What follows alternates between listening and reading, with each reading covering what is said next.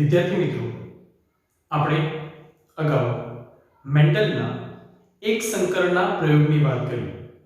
આપણે તેમાં જોઈ ગયા કે મેન્ડલે જ્યારે એક લક્ષણને ધ્યાનમાં રાખીને પ્રયોગ કર્યો તો એનું એક સંકરનો પ્રયોગ નામ આપ્યું હતું.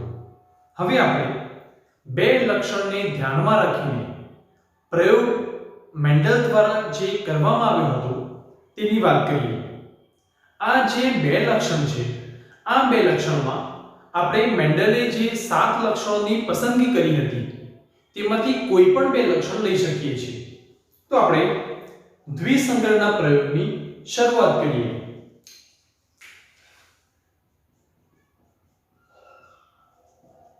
આ જે દ્વિસંકરણનો પ્રયોગ છે, આ દ્વિસંકરના પ્રયોગને બે લક્ષણોનો વારસાગમનનો પ્રયોગ પણ કહે છે.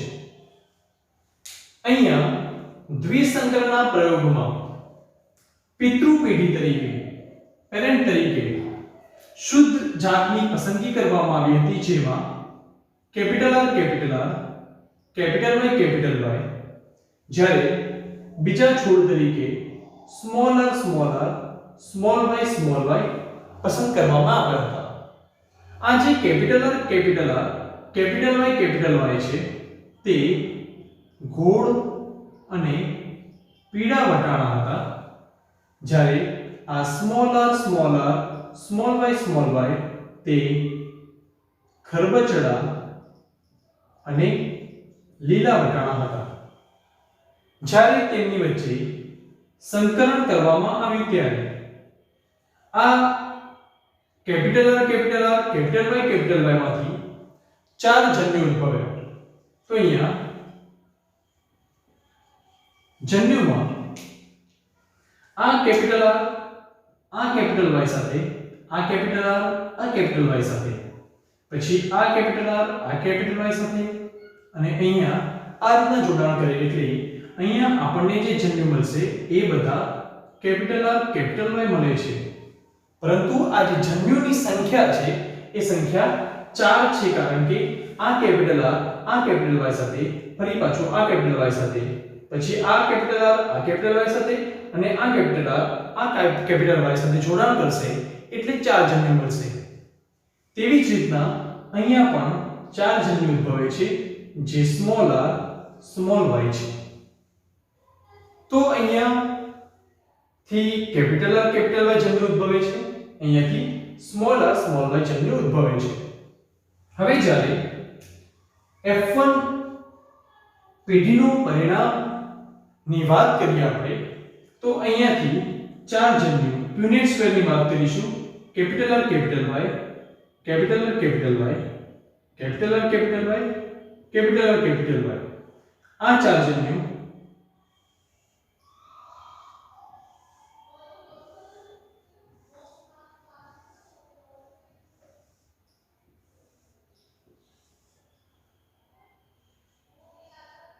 small r small y, small r small y, small r small y, small r small y. એકને આપણે નર લઈ લઈએ, એકને આપણે માદા લઈ લઈએ, તો અહીંયા પરિણામ જે મળશે તો એ પરિણામ એ અહીંયાથી કેપિટલ R કેપિટલ Y, અહીંયાથી small r small y, capital R small y, capital Y small y. તેવી જ રીતના અહીંયાથી જોડાણ, અહીંયાથી જોડાણ, capital R small r, capital Y small y. અહીંયાથી પરિણામ capital R small r, capital Y small y. આવા એક સરખા પરિણામ મળશે, કારણ કે બધા જન્યુ સમાન છે. તો અહીંયા આપણને capital R small r, capital Y small y જે પરિણામ મળે છે તેની જે સંખ્યા છે તે 16 છે. કેપિટલ R અને કેપિટલ Y આ બંને પ્રભાવી કેરેક્ટર છે, એટલે આપણને આ બધા જ રિઝલ્ટ એ ગોળ અને પીળા મળે છે. એટલે આપણું જે પરિણામ છે એ પરિણામ 16:0 મળે છે. બધા જ પરિણામ એક સરખા છે. Capital R small r, capital Y small y, પરિણામ 16 છે. તો f1 નું પરિણામ 16 મળે છે। હવે આપણે એના અંદર અંતઃફલન કરાવીશું। આ જે f1 પેઢી છે આ f1 પેઢીનું અંતઃફલન કરાવીશું તો આપણે અહીંયા લખી દઈએ કે capital R small r capital Y small y મળે છે। તેનું અંતઃફલન capital R small r capital Y small y સાથે કરીએ છીએ ત્યારે આપણને આમાંથી 4 જન્યુઓ મળવાની સંભાવના છે। આ કેપિટલ R નું આ કેપિટલ Y સાથે, પછી આ કેપિટલ R નું સ્મોલ y સાથે, તો અહીંયા capital R capital Y capital R small y, આ સ્મોલ r નું કેપિટલ Y સાથે, આ સ્મોલ r નું સ્મોલ y સાથે, તો small r capital Y small r small y। તો અહીંયા પણ એ રીતના 4 જન્યુ મળશે। તો અહીંયા હું f1 પેઢીનું પરિણામ જે રીતના પુનેટ સ્ક્વેરમાં આપણે લીધું તે રીતના f2 નું પરિણામ અહીંયા પુનેટ સ્ક્વેરમાં લખીએ તો capital R capital Y capital R small y, આ જન્યુઓ small r capital Y small r small y।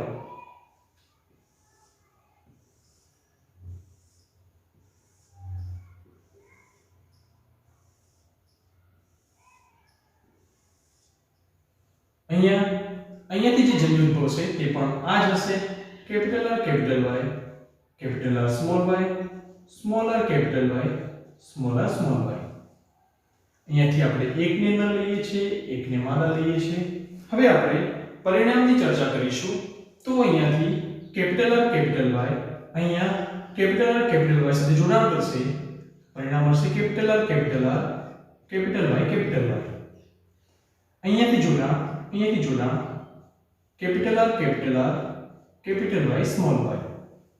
અહીંયા capital R small r capital Y capital Y, અને અહીંયા capital R small r capital Y small y। હવે બીજી લાઈનમાં અહીંયાથી પરિણામ મેળવવા માટે આપણે આનો ઉપયોગ કરીશું। અહીંયા જોડાશે એટલે capital R capital R capital Y small y, અહીંયા capital R capital R small y small y, અહીંયા capital R small r capital Y small y, અહીંયા capital R small r small y small y। અહીંયા આના ઉપયોગ વડે capital R small r capital Y capital Y capital R small r capital Y small y small r capital Y capital Y small r capital Y small y। અહીંયા આનો ઉપયોગ કરીશું તો capital R small r capital Y small y capital R small y small y small r capital Y small y અને small r small y small y। અહીંયા f2 ના અંદર આપણને જે 16 પરિણામ મળે છે તેનું વિશ્લેષણ કરીએ આપણે તો અહીંયા કેપિટલ R કેપિટલ Y કે જે ગોળ અને પીળા હશે તેનું પરિણામ આપણે કેપિટલ R કેપિટલ Y શોધીએ કે જે બંને પ્રભાવી છે 1 2 3 4 5 આ ના લઈએ કારણ કે સ્મોલ y છે 6 7 8 અને 9 કેપિટલ R કેપિટલ Y વાળા આપણને 9 પરિણામ મળે છે। હવે આપણે કેપિટલ R સ્મોલ y કે જે ગોળ અને લીલા હશે તે પરિણામ જોઈએ તો કેપિટલ R સ્મોલ y ને આપણે સ્ક્વેર કરીશું, capital R small y 1 capital R small y 2 capital R small r 3 તો આપણને એ 3 પરિણામ મળે છે। હવે આપણે સ્મોલ r કેપિટલ Y કે જે ખરબચડા અને પીળા હશે તેના પરિણામ લખીએ તો small r capital Y small r capital Y small r capital Y, તો આપણને 3 મળે છે, જ્યારે આપણે સ્મોલ r સ્મોલ y કે જે ખરબચડા અને લીલા હશે તો તે આવા 1 છે. તો વિદ્યાર્થીઓ આપણે F2 ના અંદર જે પરિણામ મળે છે આ F2 ના અંદર પરિણામ 9:3:3:1 મળે છે.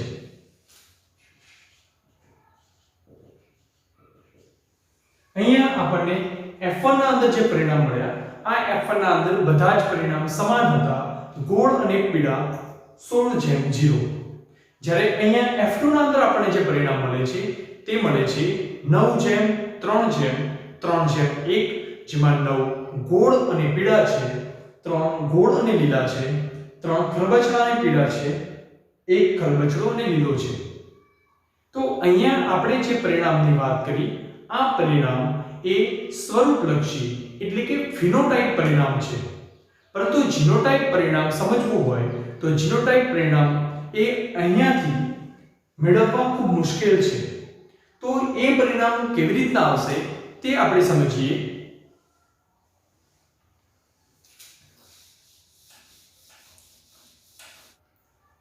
એક સંકરણનો જે પ્રયોગ છે આ એક સંકરણનો પ્રયોગ એના પરિણામ આપણે લખીશું.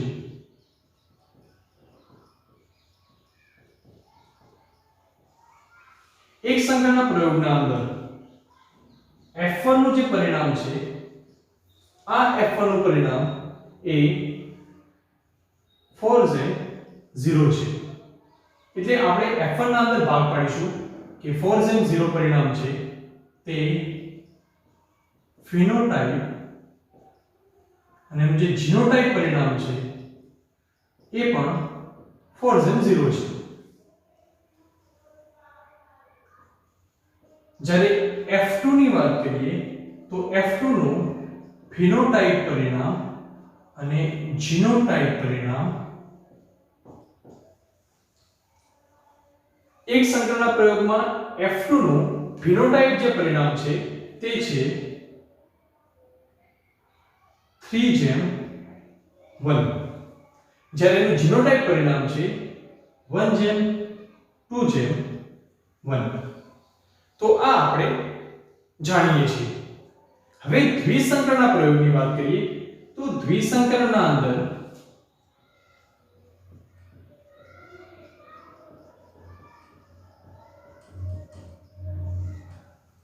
દ્વિસંકરણના પ્રયોગમાં F1 જે પરિણામ છે આ F1 પરિણામમાં ફિનોટાઇપ જે પરિણામ છે આ ફિનોટાઇપ પરિણામ એ આપણને 16:0 મળે છે, જ્યારે જીનોટાઇપ પરિણામ છે તે પણ 16:0 છે.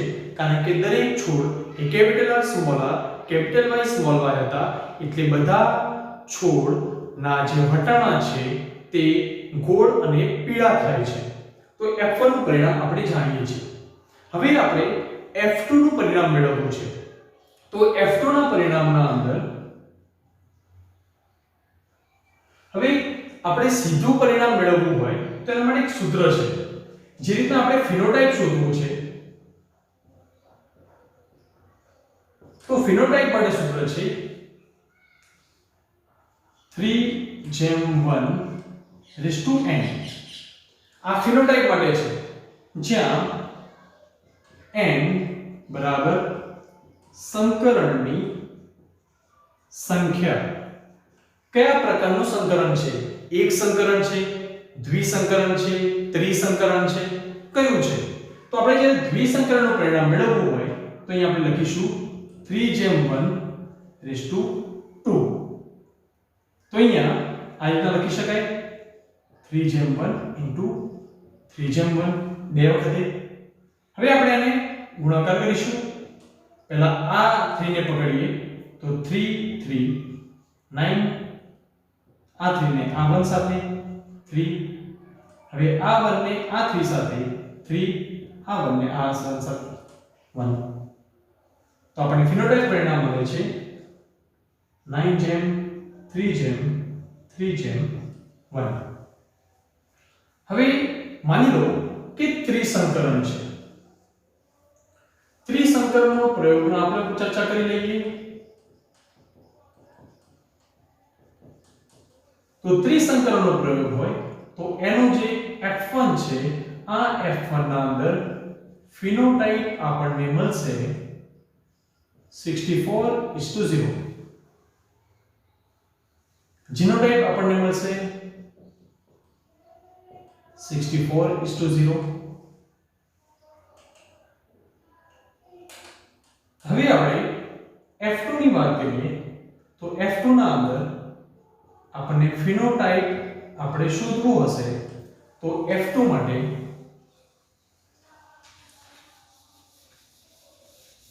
આપણે હમણાં વાત કરીએ રીતના 3:1 અહીંયા 3 લખીશું આપણે 3:1 3 અહીંયા આપણે 3:1 નું સ્ક્વેર નું પરિણામ જાણીએ છીએ 9:3:1 into 3:1 આ રીતના પણ લખી શકીશું આપણે એટલે અહીંયા આપણે આ 3 ને પહેલા પકડીશું આ 3 ને 9 સાથે 27:9:9:3 હવે આ 1 ને પકડીશું આપણે આને અહીંયા ગુણાકાર કરીશું આપણે તો 9 1 3 3 1 3 3 1 1 1 આપણે આની અરેન્જમેન્ટ કરીશું 27:9:9 આ 9 ને અહીંયા લખીએ 3:3:3:1 તો આ પરિણામ આપણને મળે છે 27:9:9:9 3:3:1 હવે આપણે ફિનોટાઇપ પરિણામ મેળવી લીધા હવે આપણે જીનોટાઇપ પરિણામ લેવા છે તો જીનોટાઇપ પરિણામ માટે એના માટે જે રીતના અહીંયા આપણે 3:1 ને લેતા હતા તે રીતના અહીંયા 1:2:1 ને લઈશું તો અહીંયા દ્વિસંકરના પ્રયોગના અંદર 1:2:1 દ્વિસંકરનો પ્રયોગ છે અહીંયા 2 આવશે તો અહીંયા એ આ રીતના મેળવાશે 1:2:1 into 1:2:1 અહીંયા આપણે આ 1 ને અહીંયા કરીશું તો આપણને મળશે 1:2:1 2 ને અહીંયા આપણે ગુણાકારમાં લઈશું તો 2:4:2 હવે આપણે અહીંયા 1 ને ગુણાકારમાં લઈશું તો 1:2:1 તો આ આપણું જીનોટાઇપ પરિણામ આવે છે અહીંયા આપણે પરિણામ લઈશું તો અહીંયા આપણે 1:2:1 ત્રિસંકરનો પ્રયોગ છે અહીંયા 3 આવશે આપણે આ પરિણામ જાણીએ છીએ તો એ પરિણામ પરથી આપણે સીધું લઈ લઈએ તો અહીંયા આપણે લખીએ 1:2:1 આનું આપણે 1:2:1 સાથે સંકર અહીંયા ગુણાકાર કરીશું તો અહીંયા 1 ને અહીંયા આપણે ગુણાકાર કરીશું તો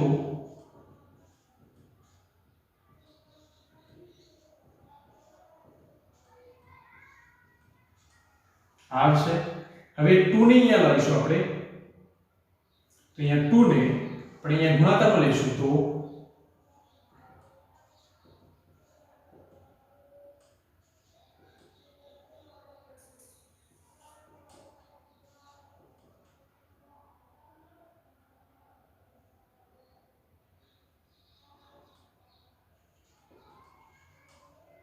હવે આપણે 1 ને લઈશું